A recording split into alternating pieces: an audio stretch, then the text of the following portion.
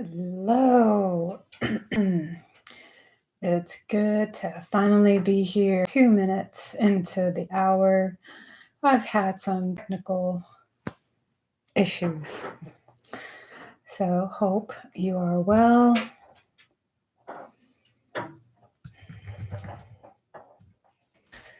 And greetings. So first, my name is Daphne Larsen, and I'm with the Blue House Spiritual and Wellness Center here in Pocatello. And you are joining the mindfulness meditation talk tonight. Before we get too far down the road, I am going to invite you to arrive. So welcome, Jim. You made it. I made it too. You didn't know I started 2 minutes late. Had some technical issues. Didn't finish updating the laptop. Having to bring up everything, of course, that's always fun. So it's great. We're here. And the image that I've been really enjoying with arriving is just like tonight. We're here. We are here. We made it here despite everything that kept us from being here. And then once we are here, we're going to settle in. We're going to arrive into this moment energetically. So I'll go ahead and strike the bowl. And we'll take 3 conscious breaths with that until the end of the sound.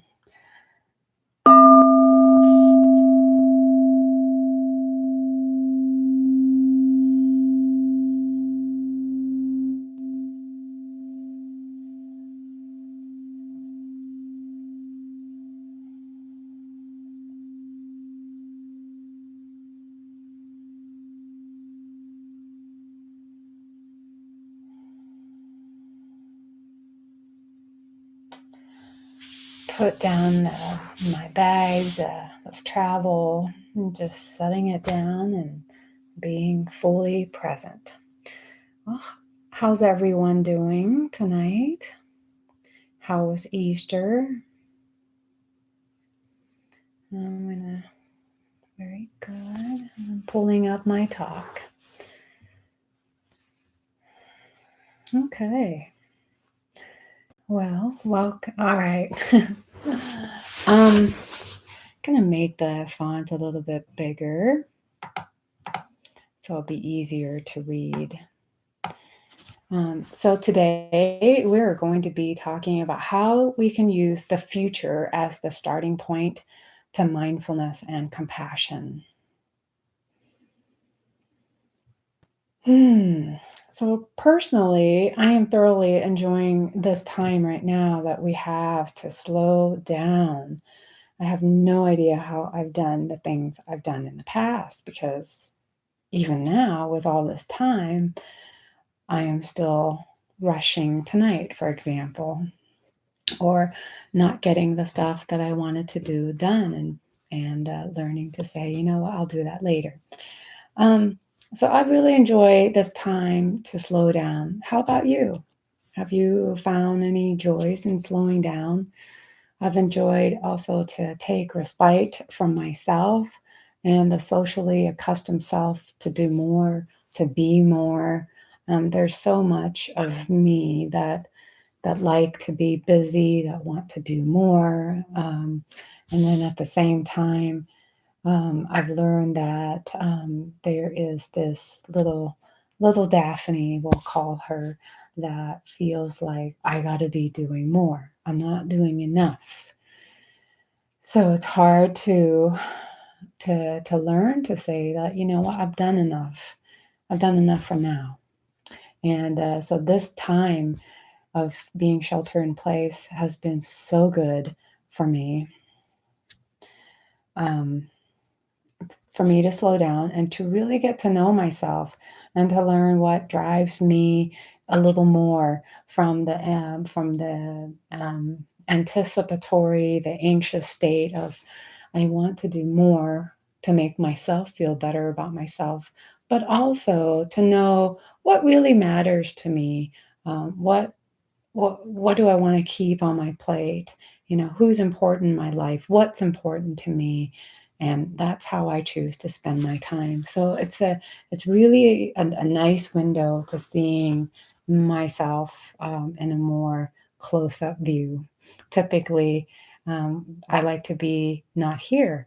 I like to run around. I like to go do things, or studying or being busy, and that's really prevents me from being here with me and getting to know myself.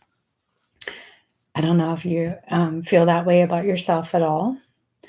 So today, I want to explore a few thoughts with you. And what are you wanting to be? What are you wanting to do more of when this global crisis is over?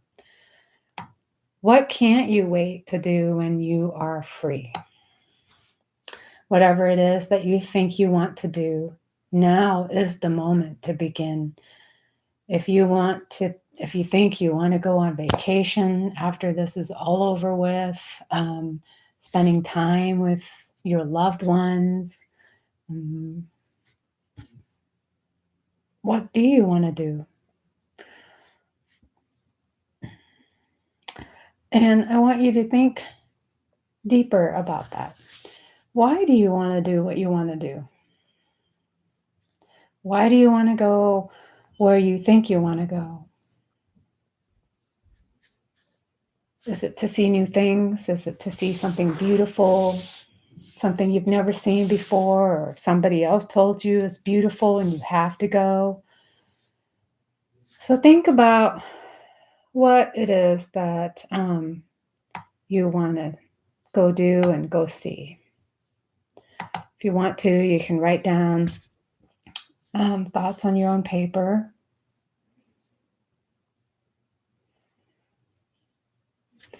You know, yeah, you mentioned that you're putting stuff that you need to do off. What stuff do you need to do?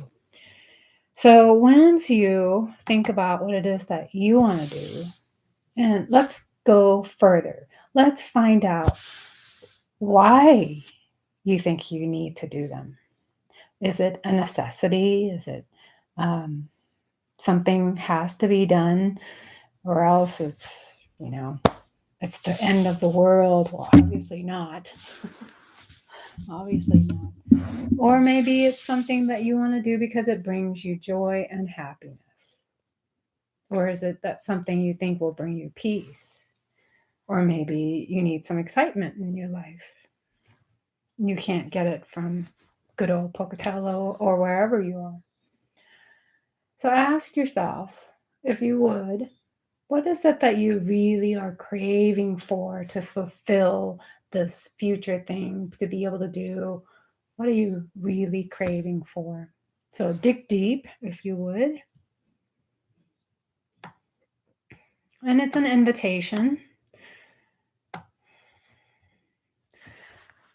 So it's usually what I found for me. It's the core need of what I long for is to be happy and to be able to share that with others.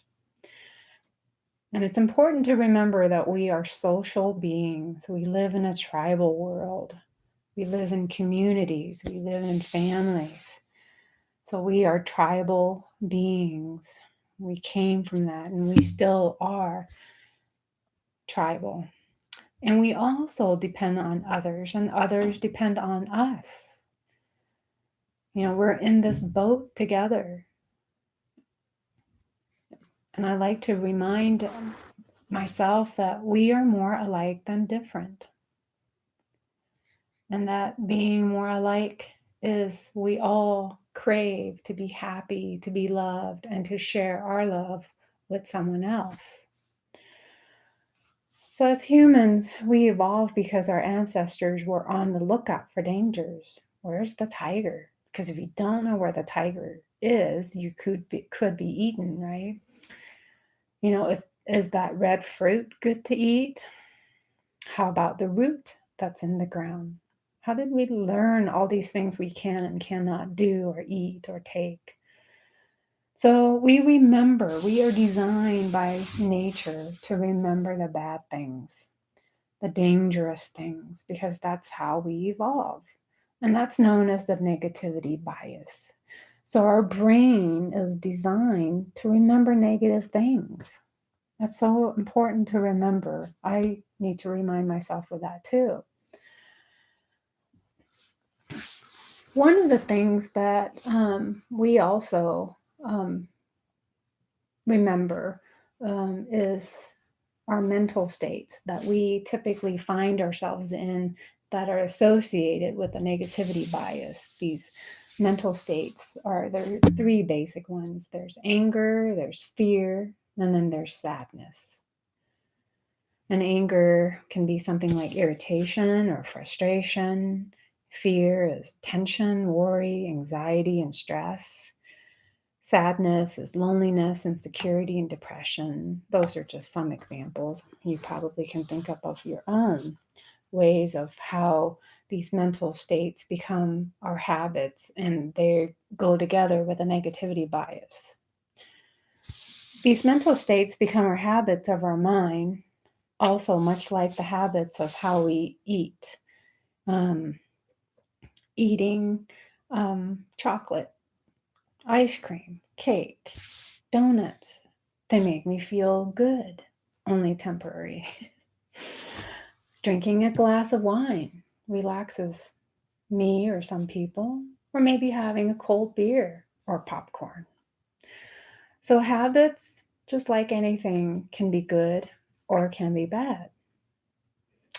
Depends on who's looking and what situation. Another way to view habits are through the lens of wise and unwise or wholesome and unwholesome. Wiseful are things that are positive, helpful, lead to positive outcomes for ourselves and for others. Where unwiseful or unwholesome are things that are the opposite. So let's loop back, let's tie back the habits of our mental mind and how we want to have a better future. We have to ask ourselves, what habits are you creating now? What habits, what physical habits, what mental habits are you cultivating now? Because the neurons that fire together wire together. Our habits are formed by actions. They become our habits, they become automatic. So, same thing with a mental state. What are you thinking?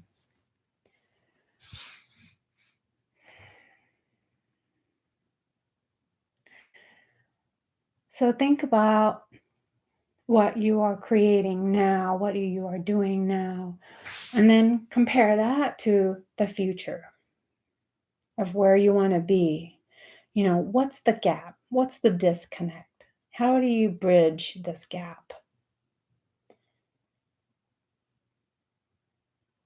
Whether it's a big gap or a medium gap or a little gap, doesn't matter. There's probably a gap.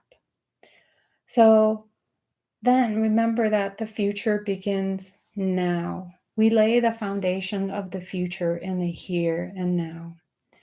So, more than likely, you, like me, are not quite where you want to be or where you are. In a way, that's a good thing because we need to have a dash of self betterment to keep evolving. And that's how we evolve over time into our state as we are. So, how do we break this habit of our mind, which will help with your habit of your own actions? What if instead of saying break the habit, what if we say readjust? Like if you're going on point A to point B on a boat and you drift off course, you know, what if we just slightly turn the wheel so we get back on course? So it's really that, we're on the right course, we're doing the right thing, we are already good enough, but we're just going to readjust lightly. So how can we remember to readjust in order to live more in the present? so that we get the desired outcome that we want, because everything builds from now. So to begin in the now is a practice of mindfulness and compassion. And they go hand in hand, just like a bird. It can only fly if it has two wings. So this practice is composed of mindfulness and compassion, and they go together hand in hand. So there's two major steps in my outline. The first step is becoming aware. Then the second step is the compassion. So compassion and awareness. And awareness is the same as mindfulness. So to become in the moment, another way to look at it is one hand is the mindfulness and the other hand is the compassion. When you bring them both together, you come to the now of mindful compassion. Okay, so let's talk about mindfulness or awareness. The key is really just becoming aware that you're not in the now. My mind is distracted about something else. I'm worried about the future. I'm angry or frustrated about how things aren't the way I want them to be. Or maybe I'm saddened because in the future, something's going to happen or something happened in the past. So becoming aware, then adopt the attitude of a curious child. Curiosity. So being a curious child, they ask, why? How come? How come the sky's blue? How come that person just did that? How come that person is not nice to me? So there's no attitude about it except curiosity, wanting to know without judging it as good or bad. So it's prior to learning our experiences and the outcome. So it's the curious child. So adopt the attitude of the curious child. Then observe without getting caught up by the undercurrent of, ooh, I didn't do that right. I'm bad. I'm such an idiot. There's an undercurrent, that underground feeling of lack. And then riding the wave. So we observe and we ride the wave of what's underneath, knowing that it's there, feeling that it's there, but not getting caught up. Riding the wave, not getting hooked, not getting trapped by the curl of the wave. And breathe. Breathing. You always have your breath, because if you don't, you really wouldn't care anything about this. So breathe. And then you can even add imagining a tiny flame in the center of your brain. And what that does, it takes your mind away from your mental chatter. Okay, so we'll do a practice putting all this together, helping you to build your toolkit. Step number 2, the compassion, the other hand. Compassion. So becoming aware of the area around your heart. I like to put my hand on my heart. Just feels right. Breathing into this area 3 times. So taking 3 breaths into the heart, just breathing into the heart. This whole general area of your heart we'll practice together as we go over the steps.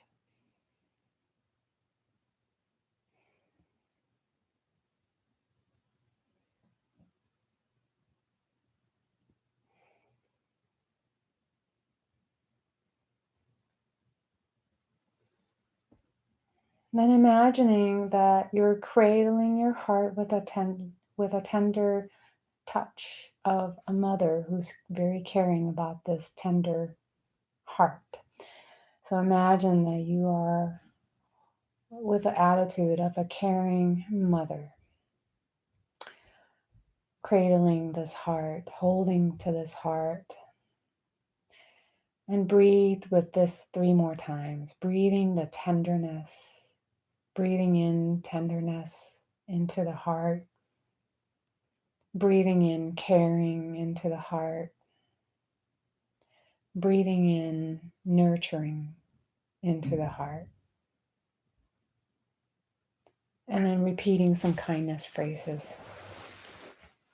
And I'll share this, all of the steps and the phrases um, with the YouTube descriptions.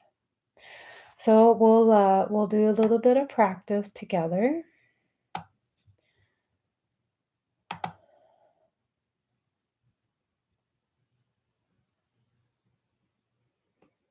So thinking back about the future and how that takes you away from the now, and we're gonna bring it back, bring ourselves back to the now. So this is just another way to be with the now.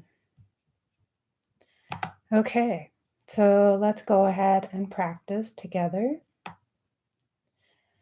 All right. So you can put your hand on your heart now, or you can put it on later.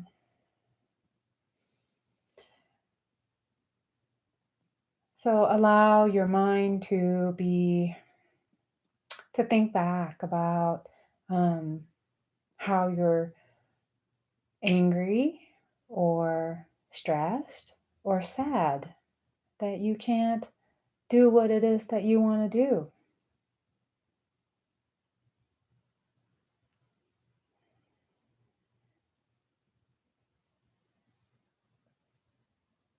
And becoming aware of, oh, that's what that is. That's what that feels like. That's what the thought, the thinking scripts that's going in my head. That's the movie I am seeing. And that's how I feel angry or stressed or sad. So become aware of that that's going on, from your mental awareness to any sensations you might be feeling in your body. Then adopt the attitude of a curious child. Wow. So this is what this feels like. So these are the thoughts that's going on in my head. So that's the story, the movie that I'm playing in my head. Seeing with curiosity. See what you can see. Feeling what you can feel. And observe these things that are going on without getting caught up by the thoughts, by the feelings, and just simply becoming detached, becoming a witness. Kind of like seeing the movie that's playing in your mind on a projector. And you are seeing that. You're not the movie. You're not an actor in the movie. Or if you're having feelings, it's not you. You don't have to allow the feelings to take over. So observing without getting caught up, and then riding the wave. So just continue to see what's going on as the curious observer. And breathing in, noticing your breath, breathing into your heart.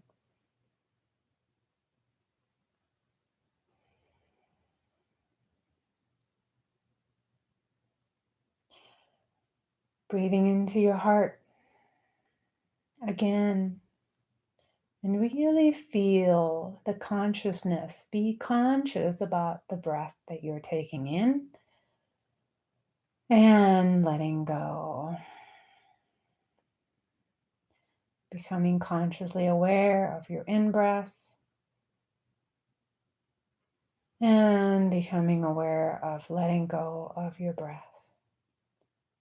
And imagine that you are a caring mother or father, and that you're cradling, holding on, supporting your heart in some way that has a feeling of tenderness. Breathing in tenderness, breathing out tenderness into your heart, in and out of your heart. Breathing in care, breathing out care for your heart. Breathing in nurturing, breathing out nurturing. And then repeating some kindness phrases. So if you have your own, you can always use your own. I wrote down some new ones for you to try. So we'll repeat some kindness phrases. And you can also, when you say these phrases, you can almost imagine wrapping a blanket, soft blanket of these well wishes to your heart. We'll begin the phrases now. May I accept myself as I am.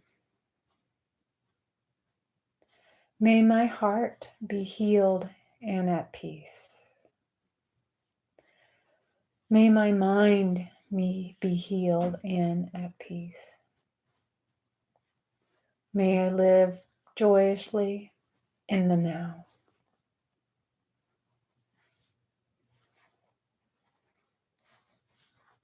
Continue to focus, breathing into your heart with tenderness as I read a poem for you tonight. The poem is The Guest House by Rumi. This being human is a guest house. Every morning, a new arrival. A joy, a depression, a meanness. Some momentary awareness comes as an unexpected visitor. Welcome and entertain them all, even if they are a crowd of sorrows who violently sweep your house empty of its furniture. Still treat each guest honorably. He may be clearing you out for some new delight, the dark thought, the shame, the malice. Meet them at the door, laughing, and invite them in. Be grateful for whoever comes because each has been sent as a guide from beyond.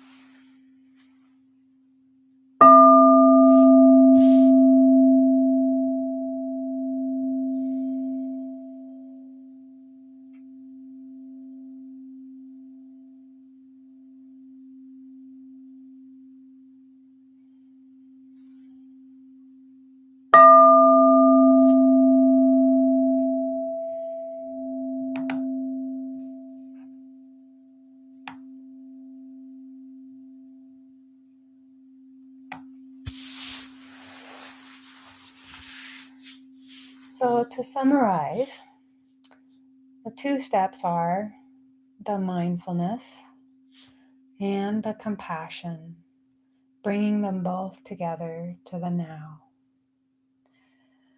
In mindfulness, we become aware of the fact that we are not here. We are distracted, we are worried, we are angry, we're frustrated or sad. And then we remember to put on our childhood cap, being a curious George. And then simply observe without getting caught and ride the wave. And remember to breathe. And breathing in your heart then turns on the compassion step, becoming aware of this beautiful heart of yours.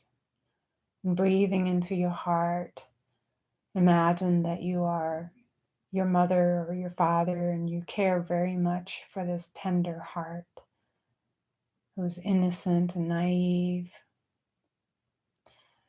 And breathing into the heart with care and kindness and love and tenderness. And then turn on the phrases of kindness, like, may I accept myself as I am. May my heart be healed and at peace.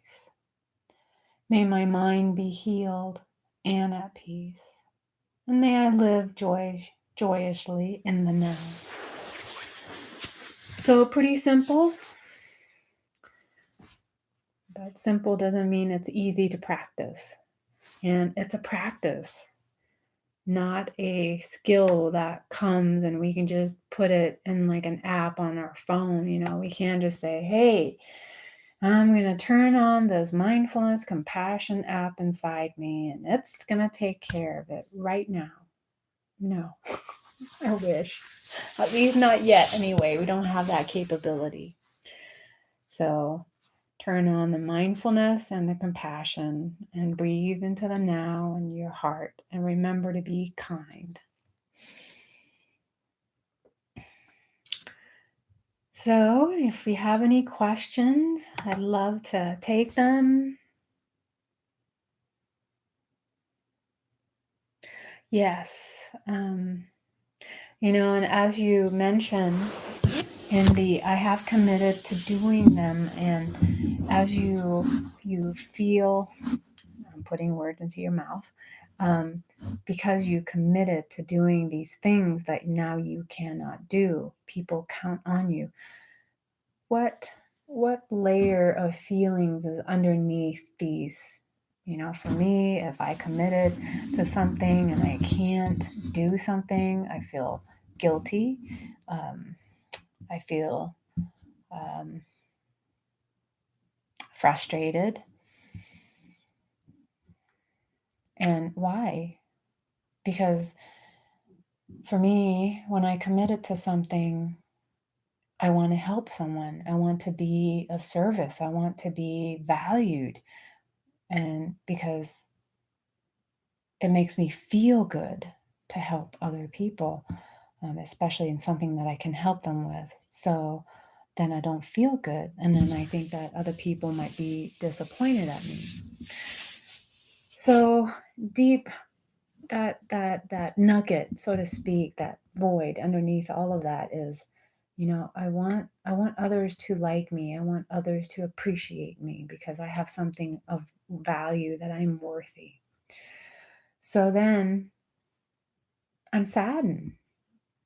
The overall mood, the overall mental state is I'm sad. I'm sad that I can't do those things. So then bring that to the practice of awareness and observing by describing actions and simply seeing.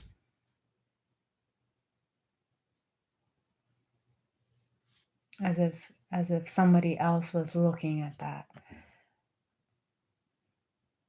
without attaching judgment and getting caught up further, because you might start judging yourself. I have judged myself, like, well, I shouldn't be having these feelings. I'm trying to do something nice. And then so stop that. And then come back to the breathing, come back to riding this wave and staying observing. And everything is like a circle. We just keep on practicing,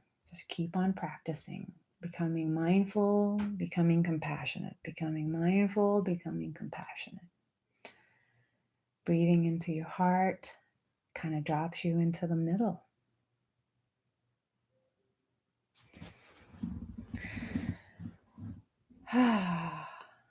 Well, I hope that was helpful. And thank you for joining. I hope the quality of the video was good. This has been such a journey. And appreciate you being here. And feel free to share the video if you enjoy it. And on Wednesday, I will be sharing Qigong and sound healing meditation at 7 o'clock. You're also welcome to watch the recorded version. And thank you so much for joining. And we'll end with a kindness, well-wishing, loving kindness to the world. So bringing that together, wrapping up the talk, wrapping up the thoughts and the understanding, and just dropping back into this moment, arriving back into our bodies.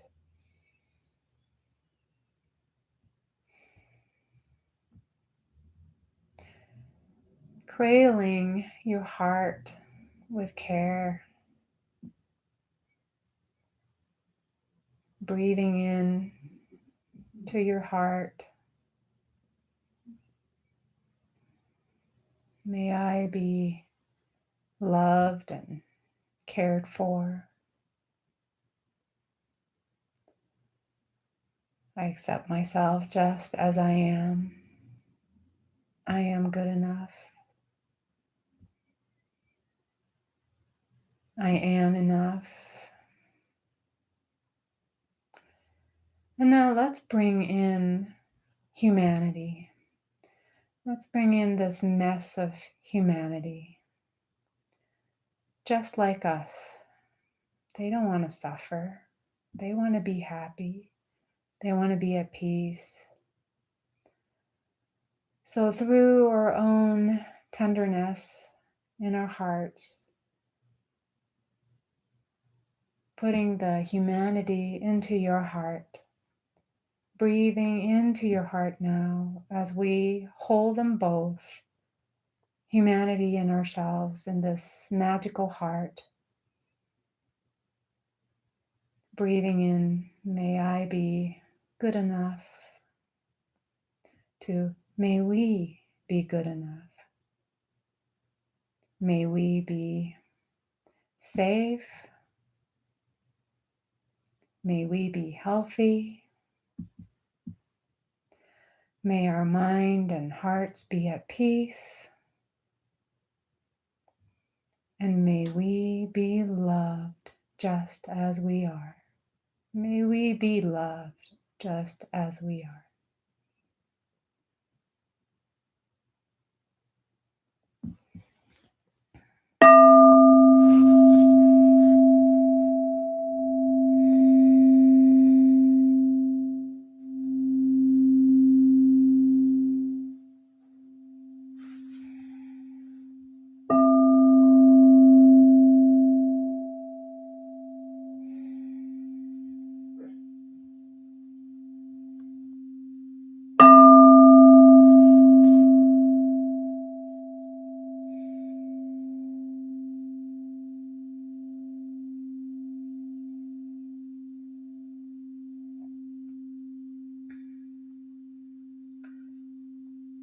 Thank you for joining.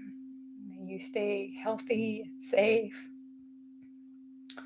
And may you be nourished through this restful time. And there will be time for us all to go out again. So with that, namaste. Be well. Much love to you.